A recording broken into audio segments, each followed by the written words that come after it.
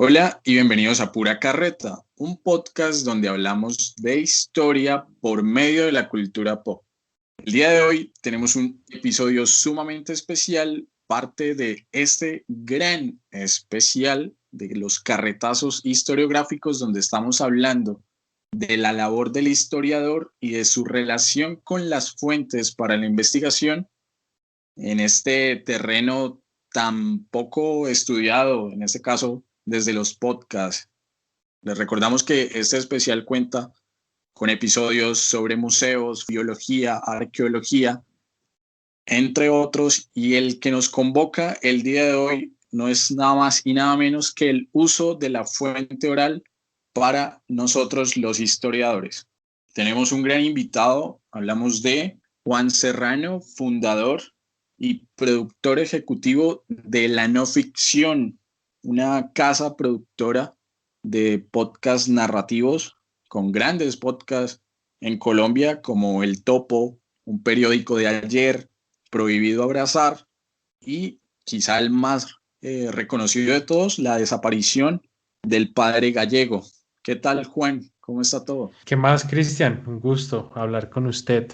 Nosotros felices en Pura Carreta de contar con semejante eminencia del podcast colombiano como lo es su merced y en general la no ficción. De verdad que un referente para nosotros que apenas estamos dando nuestros primeros pasos en el mundo del podcast.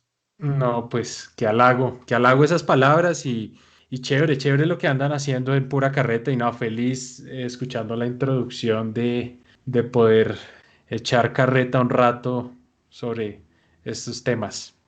Vale, Juan, antes de tocar el tema que nos convoca, el uso de la fuente oral para la historia, queremos que nos cuentes un pequeño esbozo. ¿Qué podemos entender por la no ficción? ¿De qué Mm. va esta gran casa productora de podcast en el país? Sí, bueno, como lo ha dicho, la no ficción es una casa productora de podcast de donde yo creo que lo que queremos que sea nuestra nota común a todos los podcasts es que contemos historias que conmuevan y entretengan, que toquen, que remuevan fibras y eso pues nos ha llevado a hacer tanto podcast narrativos como los que mencionaba hace un rato, La Desaparición del Padre Gallego, Prohibido Abrazar, Un Periódico de Ayer, y también hacer podcast de entrevistas, conversaciones pues muy íntimas como las que hacemos en El Topo. Entonces, en la no ficción, que es un proyecto joven, ninguno supera todavía los 30 años, somos 4 personas trabajando con más entusiasmo que presupuesto, pero creyendo que la no ficción puede llenar un vacío en el país de podcast de este tipo. Le apostamos eso a las buenas historias, bien investigadas, que toquen fibras humanas. Entonces es un proyecto todavía joven, tiene apenas 2 años largos y estamos pues nada, viendo nuevas oportunidades, pensando los podcasts no como un pasatiempo, sino también como una posibilidad de orientar nuestro proyecto de vida alrededor de esto. A mí me parece curioso, y lo hablábamos ahorita antes de empezar la entrevista, tu formación profesional está en el terreno del derecho. Sin embargo, una de las características principales en general de la no ficción tiene que ver con el tema del periodismo, y no cualquier clase de periodismo, hablamos de periodismo investigativo. ¿Cómo resumes ese salto entre derecho, periodismo, que habíamos hablado un poco hace un rato? Yo estudié derecho y me gradué como abogado, pero durante la carrera tuve la ventaja de que pude estudiar materias de periodismo.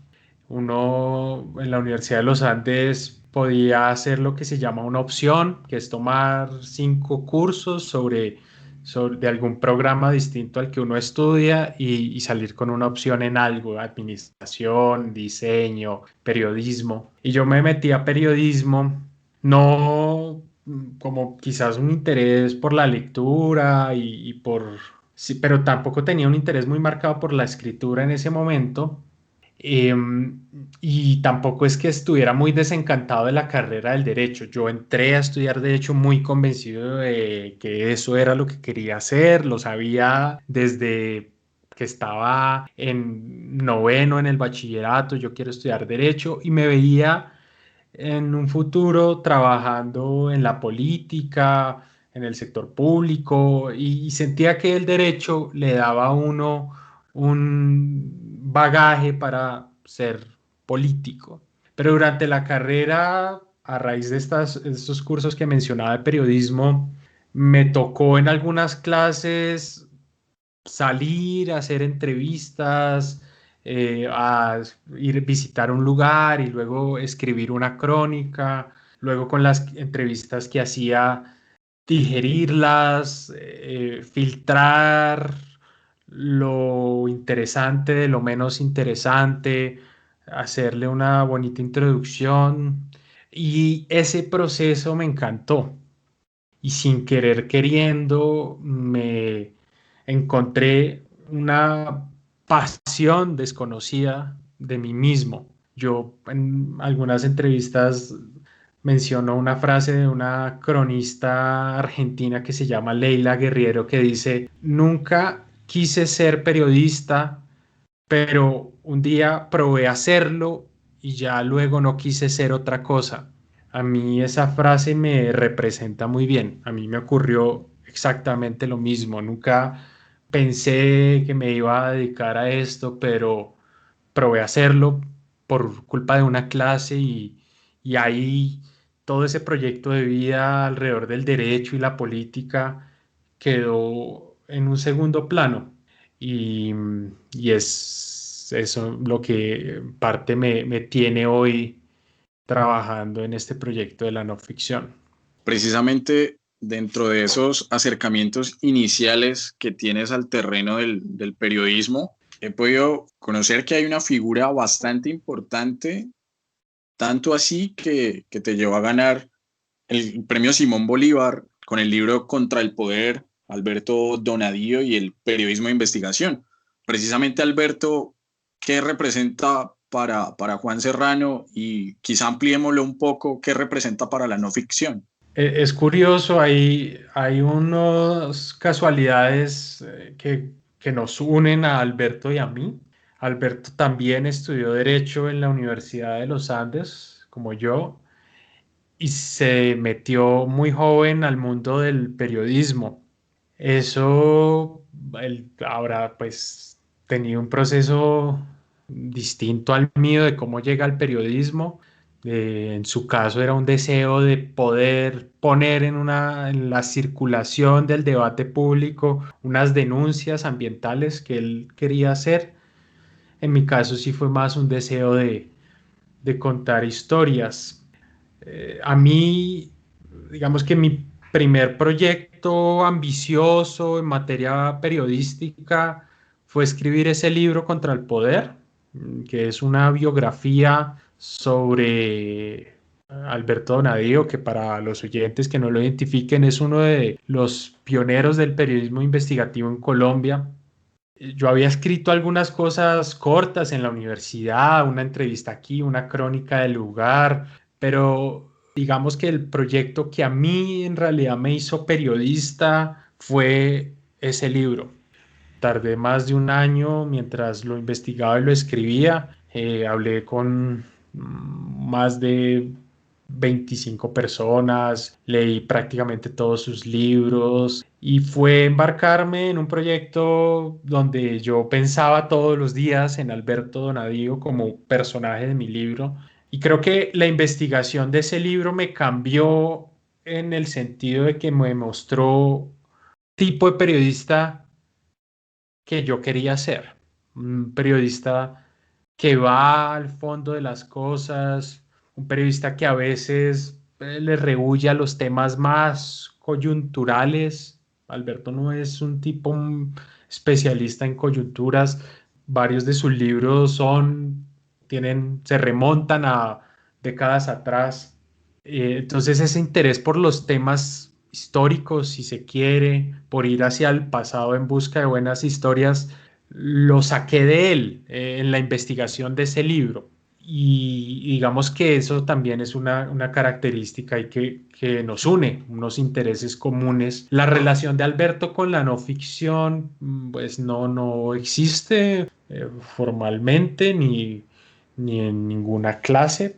Alberto, para esta primera temporada de Un Periódico de Ayer, nos sugirió una historia que fue la de La de Gregorio.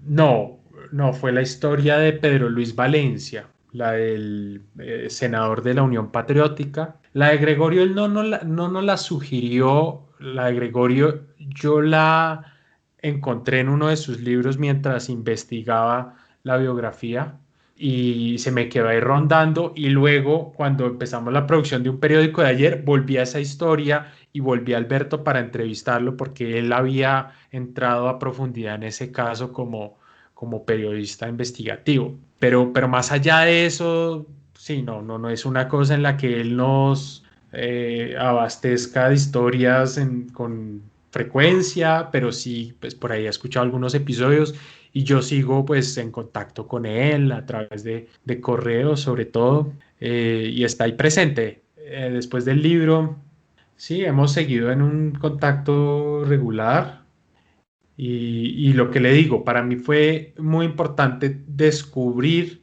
yo entré a escribir ese libro sin saber mucho sobre él, entonces el proceso de investigación es toda la travesía de descubrir un personaje y esa travesía me cambió en un sentido en que pude identificar unos rasgos en Alberto y en el tipo de periodismo que hace él que a mí me gusta recoger.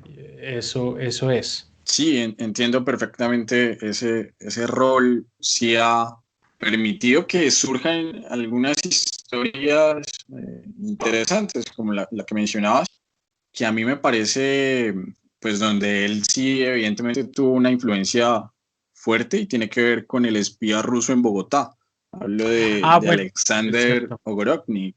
Correcto, Eh, sí, esa es otra, perdón que lo interrumpa ahí, sí, se me olvidaba esa también fue toda una historia sacada de su libro Historia secreta de un espía ruso en Bogotá, y él fue la voz que puso en escena esa historia. Entonces, ahora que usted lo dice, sí, es curioso, pero la figura de Alberto aparece en varias de las historias que hemos contado en la no ficción. Y sí, tiene que ver con eso de que la escritura del libro me llevó a conocerlo, a conocer sus libros y a quedar en contacto. Cuando yo investigué ese libro, también descubrí historias como la de Gregorio Obregón. No es que yo las haya descubierto, las encontré en sus libros y dije, venga, esta historia puede servir para podcast. Lo mismo me pasó con la de Ogorodnik. Yo, cuando él sacó ese libro de historia secreta de un espía ruso en Bogotá, yo pensé, esta historia está muy buena, pero el libro ya está casi completo y desarmarlo me parecía muy difícil para ver cómo podía caber esa faceta de Alberto, de la manera en que se metió en ese tema y descubrió esa historia que es buenísima. Entonces yo dije, bueno, no, esto no va a servir para este libro, pero para un podcast me va a servir. Yo ya en ese momento tenía en la cabeza de que quería hacer podcast cuando estaba escribiendo ese libro. bueno, y precisamente creo que para allá va un poco la conversación. ¿Por qué utilizar el formato podcast? ¿Por qué pasar de un periodismo donde la escritura quizá predominaba? Es evidente en ese caso con el libro que contra el poder. ¿Por qué pasarse a los podcasts? ¿Por qué darle voz a estas historias? En la universidad todos estos ejercicios de clase que había que hacer, de hacer crónicas, eran fundamentalmente trabajos texto, escritos. Y esa era mi formación periodística, era fundamentalmente como alguien que podía escribir una crónica. Yo no aprendí a manejar video en la universidad, no sabía cómo utilizar pues las herramientas del audio, ni mucho menos pensaba en hacer un podcast. Pero ese año que yo estuve exclusivamente escribiendo ese libro sobre Alberto, yo almorzaba solo. Yo vivía en Lima en ese momento, me había ido por mi novia, que es de allá, y no tengo muy claro por qué dije voy a ponerme a escuchar podcast.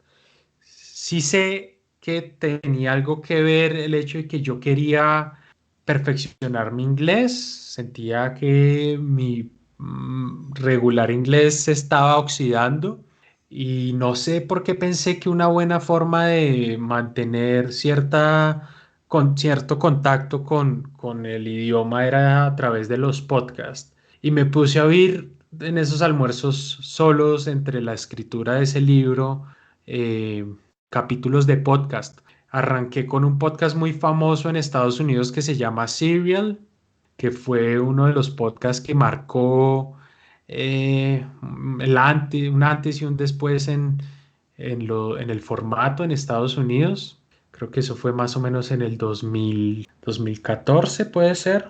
Bueno, fue un podcast y que fijó una vara muy alta y lo escucharon millones de personas.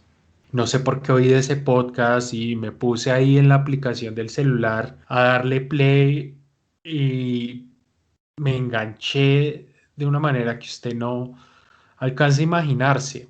Fue como descubrir que la radio o lo que yo entendía que era la radio podía llevarse a unas fronteras desconocidas, porque yo siempre he sido muy pegado a la radio. Yo, más que lector de adolescente, fui sobre todo un oyente furibundo radial. Yo no prendía el televisor, sino que yo me despertaba y prendía el radio muy temprano y yo me acostaba y ponía el radio, oía las voces del secuestro, hablar por hablar, bueno, programas de Caracol Radio sobre todo que están ahí en la básica de Caracol, muy pegados siempre al radio. Pero siempre ha sido pues una radio muy de o entrevistas o un grupo de personas que se reúnen a hablar de un tema, pero no hay nada en la radio convencional que sea con base en guiones, que le metan música, que intercalen voces, que construyan personajes.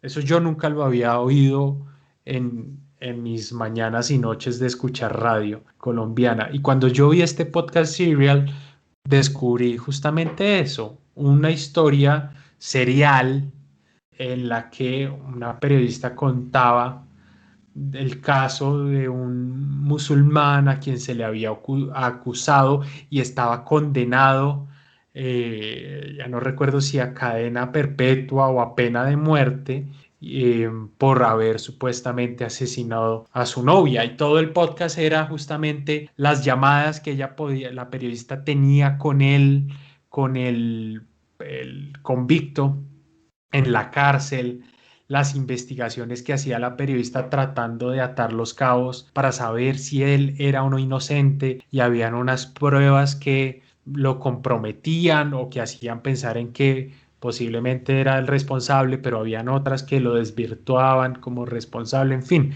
era una cosa fascinante, y yo dije, qué maravilla que el formato de audio, no ya la radio, necesariamente sirva para contar este tipo de historias. Y aparecieron nuevos referentes, ese podcast me llevó a otro, y hacia otro, y descubrí casi un nuevo mundo en cuanto a referentes culturales y a mí siempre me ha movido un deseo de emular. Yo veo alguna cosa que me parece digna de admiración y en mí nace un deseo de querer acercarse a lo que ellos hacen. Así empecé en el periodismo escrito. Leí algo, alguna crónica que me encantó, dije, yo quiero hacer esto. Pero cuando yo vi los podcasts me pasó algo similar. Yo vi unas cosas maravillosas que yo no sabía que podía hacerse con el audio y dije, yo quiero hacer esto. Y me prometí, mientras que escribía el libro, que lo siguiente que haría iba a ser producir podcast. Había cosas tan raras durante la escritura del libro en las que yo decía, esto que estoy contando podría ser perfectamente un episodio de podcast o incluso, y esto es otra cosa, otra característica de los podcasts, podría contarse de una manera mucho más potente, persuasiva, conmovedora, en audio que en texto. Porque una cosa que uno descubre rápidamente cuando está metido en este mundo es que el poder del audio para conmover es fantástico. Yo digo a veces que no hay que ser un gran narrador, no hay que ser un García Márquez para poder provocar algo que es muy bonito en quien nos escucha en los podcasts y es eso, conmoverlos, que se rían, que lloren, que se estremezcan, que se queden a veces sin aire, como por ahí han escrito algunos que oyeron la desaparición del padre Gallego y dicen en algunos momentos tuve que parar de oír para tomar agua o algo así. Entonces eso es un poder muy, muy, muy grande el que tiene el audio. Y yo creo que identifiqué esa capacidad mientras oía podcast. Y eso pesó mucho en mi decisión de querer hacer el tránsito de oyente a podcastero. Ahorita que mencionabas, Juan, el tema de estas historias que quizá adquieren más potencia cuando se ejecutan a través de la voz y no simplemente de la escritura, yo he de confesar que el episodio de un periódico de ayer sobre Patricio Silva, este estudiante asesinado en los 70, si no me falla la memoria, bueno, ese episodio me hizo llorar. Y el del padre Mm. Gallego, también como mencionas, también, o sea, una historia, y creo que era lo primero que resaltabas en esa serie del padre, que no se conoce mucho acá en Colombia, ¿no? De hecho, es un referente en Panamá y en Colombia muy poco se sabe sobre esta historia. Sí, sí, y yo tengo, ya que menciona el caso de Patricio y que dice que lloró, porque eso le ha pasado a muchos que han llorado con ese episodio, quisiera preguntarle si saben en qué parte lloró. Yo me acuerdo que fue cuando el hermano de Patricio va cada conmemoración de su asesinato a la Nacional, al sitio donde pues lo mataron. Esa me Yo, parece que fue como la parte que me terminó de quebrar. Igual venía ya con las lágrimas a punto de salir. bueno, y yo estoy, mire, esa escena, nosotros hicimos recientemente una encuesta ahí por Instagram, ni siquiera una encuesta, una pregunta al aire en las historias de Instagram preguntándole a la gente con qué escena de la serie de esta primera temporada de un periódico de ayer se quedan. Y mucha gente mencionó esa escena y varios anotaban que les había hecho llorar.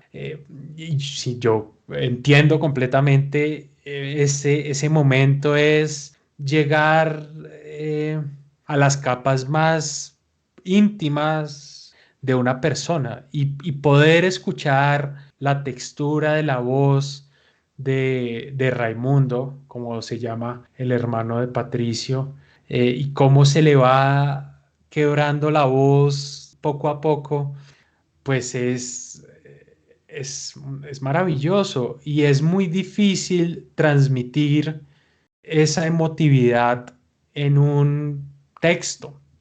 porque en estos casos el texto empobrece. Cómo uno pone en escena esa textura de esa voz y cómo no es un empobrecimiento decir, dice Raimundo entre sollozos. Eso pues no provoca ninguna emoción.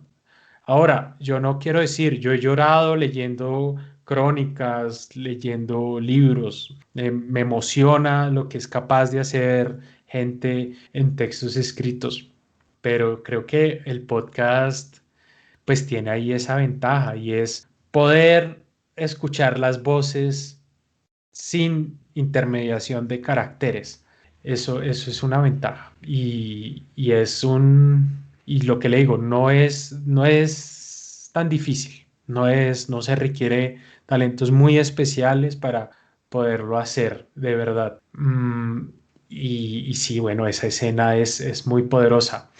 Con el padre gallego, a mí me han propuesto de manera un poco informal, nada muy concreto, que yo debería hacer un libro sobre la historia del padre gallego y yo no me he animado a hacerla y dudo que me vaya a animar porque para mí el formato indicado para contar esa historia era el audio. Yo tenía la grabación de una entrevista que dio el padre Gallego pocos días antes de que lo secuestren. Había entrevistado a sus dos hermanas, unos seres extraordinarios que me ayudaron mucho en esa investigación y que uno las escucha hablar y se siente la herida que dejó esa desaparición al interior de su familia. Tenía audios de la mamá del padre gallego, audios del año 72, o sea, hace casi 50 años. Yo, o sea, ¿cómo voy yo a trasladar todo eso al mundo del texto? Es muy difícil. Yo creo que cada historia pide su formato y, y hay esta historia del padre gallego. Yo tenía un arsenal de audios que usted no se imagina y que pues, yo me deleité. Yo decía, es que maravilla que yo tenga en mi poder esto y poder contar esta historia con las voces de los protagonistas. Ahora que también como hablamos de fuente oral, fuente escrita, hay un tema aquí que es complicado para hacer estos podcasts que buscan ir hacia el pasado, como lo que hicimos en un periódico de ayer, y es el desprecio casi absoluto que ha existido en Colombia por preservar los archivos y sobre todo los archivos en audio. Es muy difícil encontrar material de audio de hace 40 años, 50 años, es muy complicado. Lo que uno consigue es escaso, lo que existe está cerrado como en un cónclave, no es fácil el acceso. Entonces, sí, uno se enfrenta a muchas barreras para poder contar estas historias en audio, de disponibilidad del material, de que le garanticen el acceso. Pero yo con esta historia del padre gallego, pues me di un festín porque tenía muy buen material para armar la historia en audio.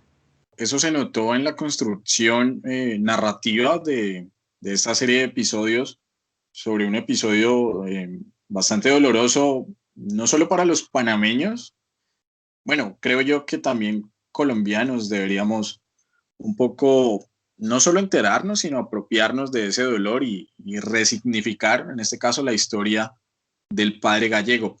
Quisiera que conversáramos ahora un poco, Juan, precisamente mencionabas ahorita un poco que la dificultad para manejar fuente oral en Colombia, en este caso desde los podcasts, y es algo que también desde pura carreta y desde nuestra formación como historiadores, pues hemos sido testigos.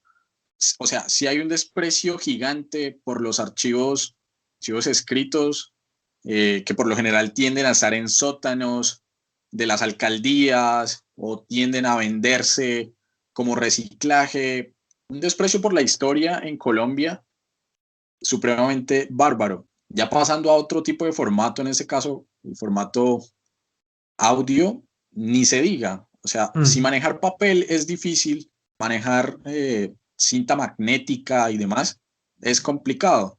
Pero en el caso de la construcción, y pongamos de ejemplo los podcasts sobre el espía ruso en Bogotá, el padre Gallego y Patricio Silva, ¿cómo se ha hecho el ejercicio de contrastar esta fuente oral? Me refiero a, bien, tenemos la oportunidad, o bueno, en este caso, desde tu labor y desde la no ficción han tenido la oportunidad de manejar testimonios directos, pero al momento de contrastar, corroborar, ¿cómo se hace este ejercicio? ¿Qué herramientas utilizan? Bueno, no, antes de responder esa pregunta, ahora que lo escuché hablar, me quedé pensando o me quedé con ganas de decir en algo que he pensado y es que yo siento una gran envidia por los que van a hacer podcast de aquí a 30 años y que van a ir hacia el pasado de ellos, o sea, nuestro presente, porque van a encontrar ahí sí una abundancia de material, ¿no? Ahora todo se graba, todo se registra, hay cantidad de cosas personales y archivos y videos en nuestros carrete, fotos en el celular y audios de WhatsApp, en fin, ese trabajo de quienes vayan a quienes vayan a viajar hacia el pasado en 40 años, pues va a ser mucho más fácil encontrar todo ese material. Con respecto a su pregunta, a ver, nosotros en la no ficción trabajamos con base a la realidad, ¿no? Nuestro insumo son los hechos, aquí no hay ficción, pero también nuestro insumo muchas veces son los recuerdos de las personas y esos recuerdos son falibles, como usted lo sabe. Uno reúne a varias personas y no todas se recuerdan los mismos hechos de la misma manera. Entonces uno siempre, cuando está tratando de contar una historia, poner en escena unos hechos sin que se note la carpintería, es decir, sin estar diciendo, esto lo tomé de este libro, esto lo tomé del testimonio de tal, esto digo tal cosa y un pie de página. En los podcasts es jodido hacer pies de página. Entonces uno se encuentra cada rato haciendo juicios sobre el curso más probable de los hechos. Nosotros hacemos un juicioso trabajo de verificación de cosas que son verificables. Si hay algo que nos diga algún entrevistado para un episodio de un periódico de ayer, pues no le creemos sin rechistar, sino tratamos de ver hasta qué punto es verificable eso que nos está diciendo. No damos por descontado que la manera en que nos relaten unos hechos ocurrieron de esa manera en que nos dicen que fueron. Tratamos siempre eso de contrastar, pero hay cosas que son inverificables, sobre todo con hechos que ocurrieron hace 70 años, hace 40 años. Entonces uno se ve forzado a creer en la versión de las personas. Le pongo un ejemplo. El último episodio de esta primera temporada de un periódico de ayer es un episodio sobre las Gaitán, la hija y las nietas de Jorge Eliezer Gaitán. Y también aparece como personaje la que fue esposa de Jorge Eliezer Gaitán, se llama Amparo Jaramillo, que entre otras cosas, una mujer extraordinaria, lo descubrí haciendo este podcast, de la cual es imposible encontrar algún registro de su voz, es muy complicado y bueno, pero entonces en este episodio, para no desviarme, yo quería poner en escena cómo vivió la familia de Gaitán el 9 de abril. Y como no podía entrevistar a Amparo, que está muerta desde el año 88, me encontré con un testimonio que ella le dio a un periodista que se llamaba Arturo Alape, que escribió un libro fundamental sobre el 9 de abril que se llama El Bogotazo. De pronto usted como estudiante de historia lo tiene identificado. El tipo entrevistó a un jurgo de gente, muchísima gente, y entre esas Amparo Jaramillo. Y Amparo Jaramillo casi que le dedicó 3 páginas a Amparo Jaramillo, lo cual me pareció que se quedó corto. Pero Amparo Jaramillo ahí cuenta cómo vivió el 9 de abril y cuenta que ella le tenía preparado un almuerzo a Jorge Eliezer Gaitán porque esa madrugada del 9 de abril él había ganado un juicio muy importante en su vida y que fue un juicio de un militar que él defendió, el teniente Cortés, y ella contaba que ella llamó a la oficina de Jorge Eliezer Gaitán, pero que Jorge Eliezer Gaitán estuvo ocupado y no le pudo pasar al teléfono, entonces ella se vio obligada a dejarle una razón con su secretaria. ¿Mm?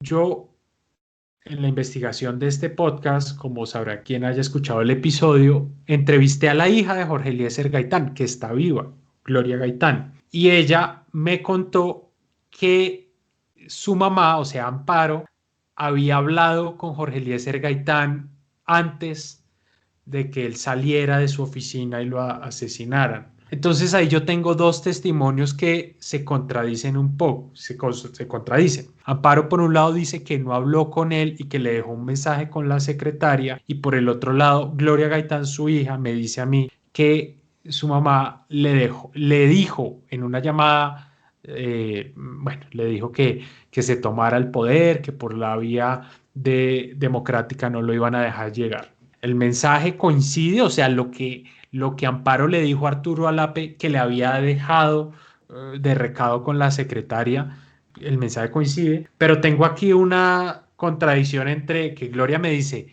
que sí habló con Jorge Eliezer Gaitán y por el otro lado Amparo dice en el libro de Arturo Alape que no habló y que dejó una razón. Entonces uno se encuentra teniendo que decir, bueno, ¿a quién le creo?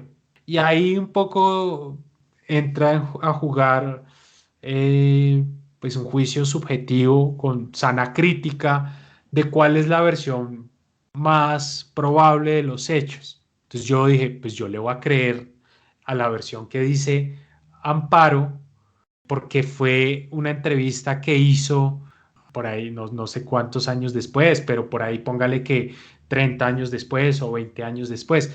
Este es un testimonio de oídas, no la protagonista, sino indirecta, que está diciéndomelo más de 60 años después, casi más de 60 años después. Entonces, uno se tiene que hacer esos juicios de a quién le creo, y eso pasa muy frecuentemente cuando uno está tratando de poner en escena el pasado. No es que uno quiera mentir, y como le digo, hacemos todo un trabajo de contrastar y verificar hasta donde se pueda, pero en esos casos no queda más que creerle a alguien, ¿m?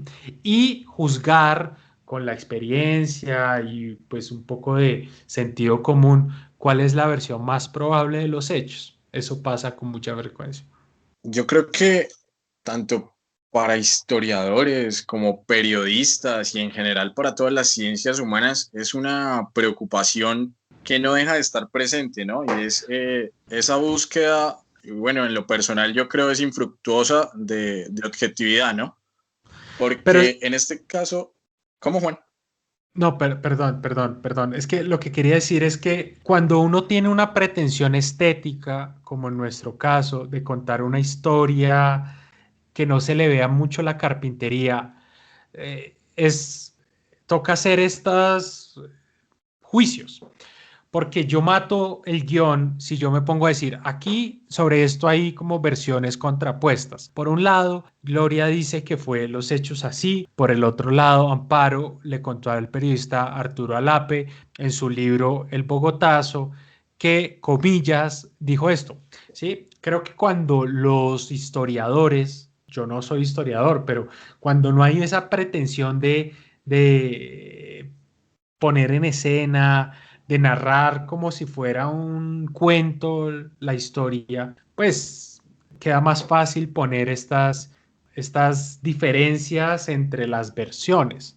Cuando uno no quiere meter pies de página en el texto, en el guión oral, tiene que hacer esos juicios.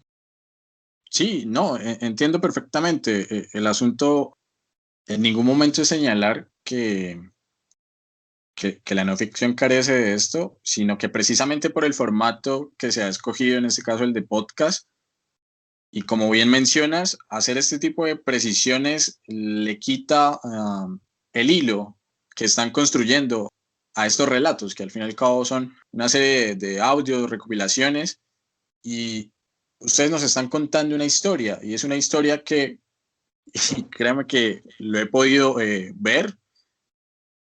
Mm, Creo que toda la serie, toda esta primera temporada de Un Periódico de Ayer, me la escuché. Me hará falta, si acaso, este último episodio de Las Gaitán, pero lo que fue el episodio de Roberto José Guerrero en la Fórmula 1, el de José del Cristo Huertas, en fin, todos, incluso el de Pedro Hernando, que tiene tanta relación con nosotros por la guerra de Corea. En todos estos se ve, y quienes escuchen la no ficción, Un Periódico de Ayer, la desaparición del padre Gallego, podrán ver el trabajo tan minucioso a la hora de construir estas historias, que no es más, lo veo yo como agarrar, recoger, siempre y cuando existan, ya hablamos de esa dificultad de esta serie de audios, crear la narrativa que está detrás, esa base que al fin y al cabo es lo que nos quiere contar la no ficción. Sí, tal cual como usted lo dice. Es un deseo de, sí, de contar una historia que conmueva, apartándose de esta manera en que a veces es percibida la historia como aburrida, acartonada, muy secuestrada por los académicos. Ninguno en el equipo es historiador, pero involuntariamente nos hemos visto eh, en esta tarea de hacer historia, si se quiere, desde un ángulo periodístico. Hay quienes nos comentan por ahí en redes, nos dicen, hey, lo que ustedes están haciendo me sirve a mí para mi clase de historia para no historiadores, por ejemplo. Y yo creo que para quienes estudian historia y un poco tienen miedo de qué sigue después, no quiero ser simplemente un escritor de textos académicos que nadie lee, pues los podcasts son una gran alternativa para llegarle a un público general. Yo creo, si yo tengo que identificar mi talento especial es esa posibilidad de establecer diálogos entre distintas disciplinas. Ahora, antes de que comenzara la entrevista, hablábamos de el libro que escribí sobre el periodista Alberto Donadío y yo le contaba que a mí me sirvió mucho ser abogado para escribir ese libro porque varias de las facetas que yo exploro de Alberto en ese libro tienen que ver con el mundo del derecho, por ejemplo, del acceso a los documentos públicos, que es un derecho poderosísimo que él prácticamente inauguró en Colombia. Pues yo pude entender el valor de esa herramienta y pude ponerla en un lenguaje llano por eso, por esa habilidad que tengo de dialogar entre distintas disciplinas. Entonces, cuando estamos haciendo estos episodios de Un Periódico de Ayer que tienen que ver tanto con el pasado de Colombia, nos interesa construir los contextos, nos interesa si vamos a hablar de la guerra de Corea, explicar en qué consistió esa guerra, quiénes participaron, pero nunca perder de vista que quien nos está escuchando lo hace motivado o buscando entretenerse un rato. No está buscando lo que busca una cartilla escolar, no, está buscando eh, entretener, aprender, ¿sí? Conmoverse. Entonces, esa posibilidad de en un periódico de ayer de dialogar o establecer como o beber de la historia y aprovecharla periodísticamente, pues es un terreno que a mí me gusta mucho, en el que me siento muy cómodo. La desaparición del padre Gallego también tiene de eso. El libro de Albert tiene bastante de eso. La historia de Patricio Silva, bueno, y otras que están ahí en un periódico de ayer, del cual no soy yo el único artífice. eh, tienen eso de que beben de la historia, pero no es un interés de historiadores, sino es un interés periodístico de sacar del pasado buenas historias.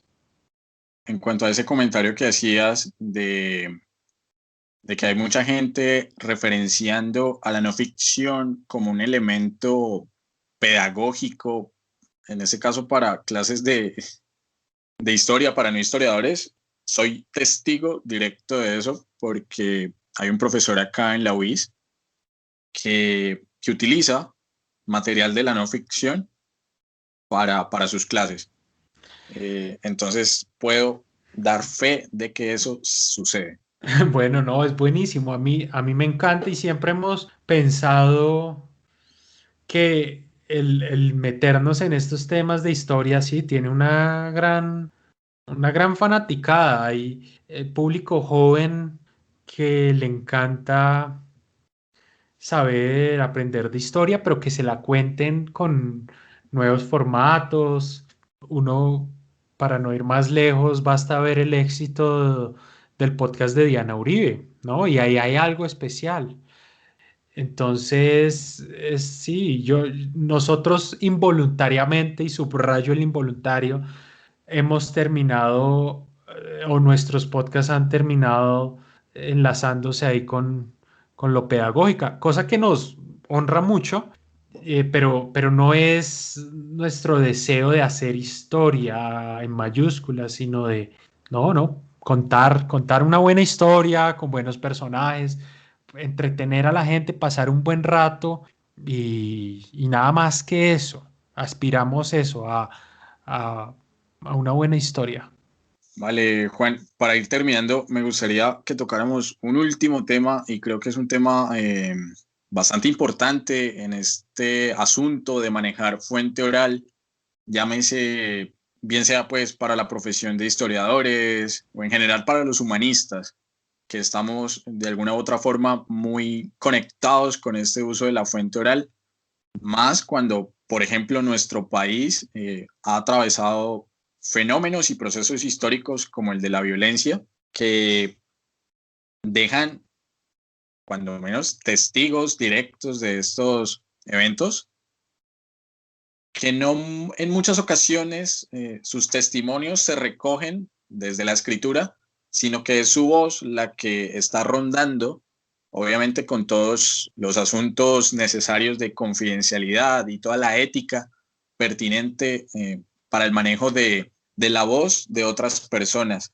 Precisamente, ¿cuáles son los retos de manejar fuente oral? ¿Cuáles han sido los retos y las dificultades que se han dado en la no ficción? Yo recuerdo un caso particular, y esto lo mencionaron ustedes en el episodio, llamémosle un episodio especial que hicieron, de cómo se hace un periódico de ayer, y tiene que ver con un deseo bastante grande de hacer un episodio sobre el proceso 8000 y cómo un ministro de la administración Samper, cuando vio que el tema se estaba desviando, dijo como no, la entrevista va para acá, no sigo. ¿Cuáles son los retos, Juan? ¿A qué se refiere con cuáles son los retos de manejar fuente oral? Me refiero particularmente, uno, no muchas veces puede que la persona que uno quiera contactar consigo su dirección, consigo su mail, pero en muchas ocasiones los primeros acercamientos siempre hay como resistencia, como sí le cuento qué pasó, pero no quiero que utilice mi audio para posteriores publicaciones. Entonces, ¿cómo lograr que la gente, que muchas veces sus testimonios son tan valiosos, accedan, y pues ya lo dije con todo el asunto de confidencialidad y el manejo de la ética, a que su voz sirva para darle vida a un relato? Ya. Eh, a veces nos encontramos con gente que no quiere hablar. Eso es una dificultad con la que hay que lidiar permanentemente, sobre todo cuando uno se mete en temas duros de la historia pública, es la historia de Colombia, pero también con historias personales del pasado de las personas que es doloroso, capítulos amargos de su vida.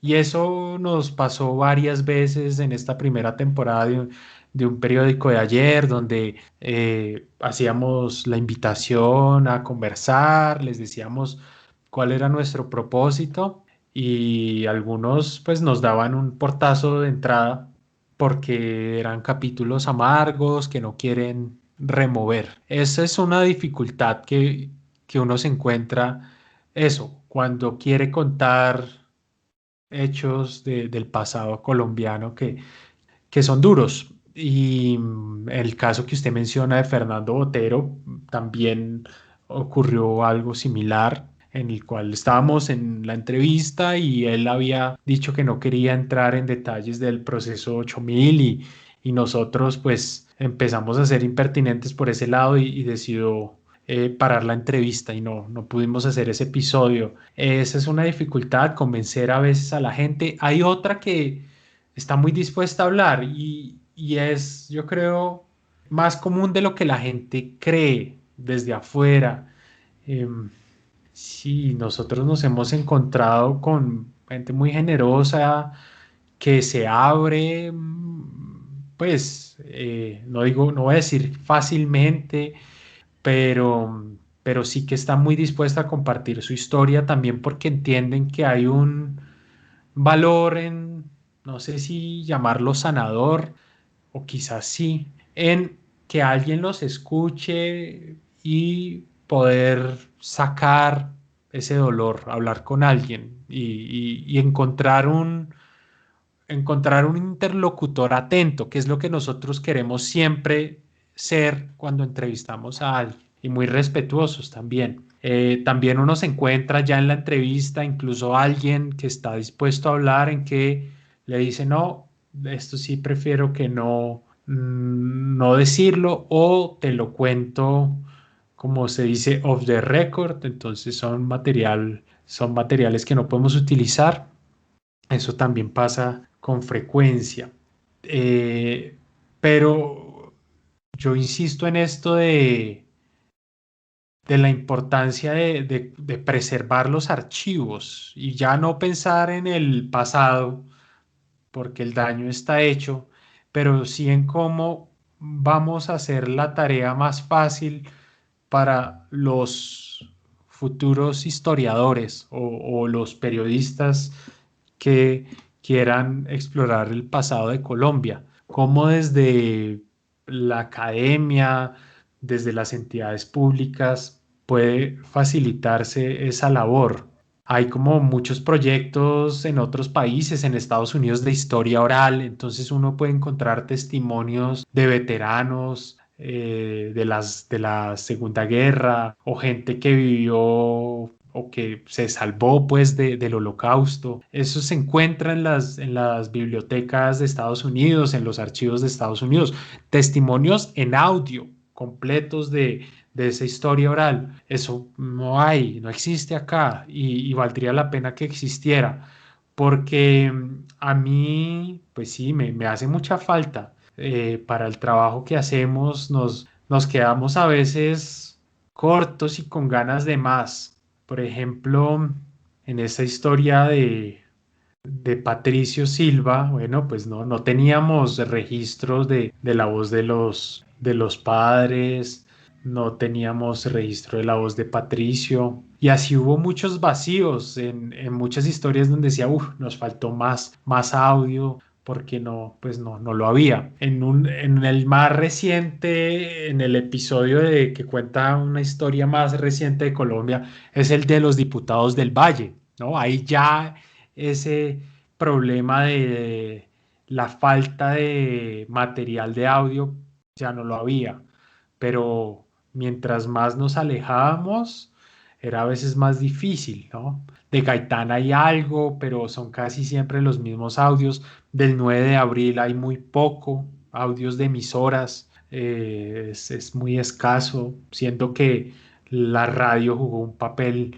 fundamental en el 9 de abril. Entonces sí, siempre hay desafíos en lo que estamos trabajando con audio, con testimonios, desde el no quiero hablar, desde el no quiero hablar de esto en concreto, o desde no existe el material y los protagonistas ya están muertos.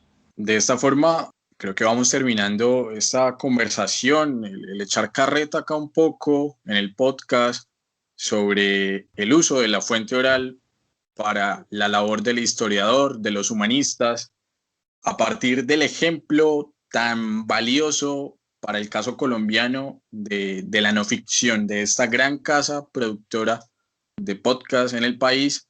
Les recordamos a quienes nos están oyendo que tienen material como Podcast El Topo, un periódico de ayer, Prohibido Abrazar, La desaparición del padre gallego, sumamente interesantes. La verdad es que uno arranca y se engancha, así uno no quiera, se termina enganchando a esos podcasts precisamente por la forma en que tanto Juan como Miguel y en general todo el equipo de la no ficción ha logrado configurar su forma de hacer historias, de contar historias. No siendo más, Juan, te agradecemos mucho el haber aceptado la invitación para participar en estos carretazos historiográficos. Sumamente valiosa tu voz, ya que hablamos hoy tanto de eso. No, no, mil gracias, Cristian, por la invitación y felicitaciones ahí por el proyecto de Pura Carreta.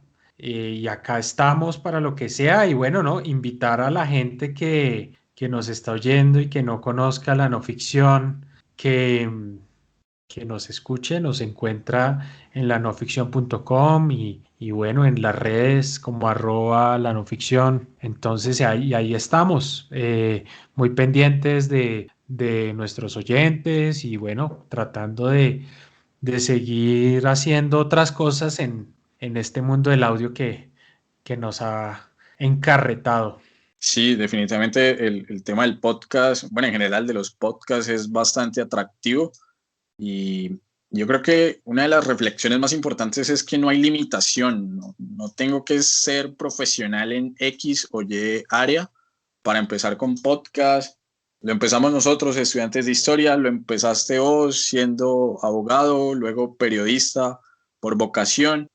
¿Cuáles serían, y ya esto para despedirnos, como los consejos para la gente que nos está escuchando o esas vivencias de gente que quizá no se arriesga a empezar sus proyectos por el temor de que no es, comillas, su área? No, no hay límites, aquí no hay que pedirle permiso a nadie. La no ficción arrancó así, un deseo de querer hacer periodismo y no tener espacios para hacerlo, pero estar en un tiempo en el que no hay que trabajar en un medio para hacer eh, un podcast y para hacer oír su voz. Como consejo, le diría a la gente que arranque pronto, que piense en una idea poderosa, que la piense muy bien esa idea y que vea a quién le puede interesar, con quién puede conectar esa idea y no esperar a que se aparezca, se gane la lotería o se gane una aplicación del Ministerio de Cultura para arrancar. Por algo hay que empezar y uno ya en el camino va afinando las cosas. Si el primer podcast que saca es un fracaso en términos de audiencia, no será un fracaso personal en el sentido de que ya uno saca un aprendizaje de eso y así arrancó la no ficción. No había todo esto que le hablo de los proyectos de una casa productora, pues vino ya posteriormente. La no ficción en realidad nació en, en mi apartamento en Lima, en el que yo estaba viviendo con mi novia de 40 metros. yo estando desempleado y con un deseo de hacer periodismo, y cuando ninguna de mis hojas de vida que enviaba tenía respuesta favorable. Entonces, sí, yo creo que ahí hay una lección en que estamos en el mundo en el que ahora cualquier persona desde su casa puede hacer un podcast bueno. Y esa es mi invitación, a que no los detenga nada. No hay que esperar al mundo ideal para arrancar. Y en definitiva, no siendo más por hoy, este fue nuestro carretazo del especial. Recuerden que el podcast lo consiguen en todas las plataformas de podcast que hay, Spotify, Deezer, Google Podcast, Apple Podcast, que estamos en redes sociales como Pura Carreta Podcast, esto en Facebook y en Instagram, y en Twitter como Pura Carreta Pod. Eso sería todo, Juan. Bueno, Cristian, hombre, mil gracias. Espero que les sirva ahí toda esa carreta que eché. Sí, por supuesto que sí. Estuvo muy interesante la conversación.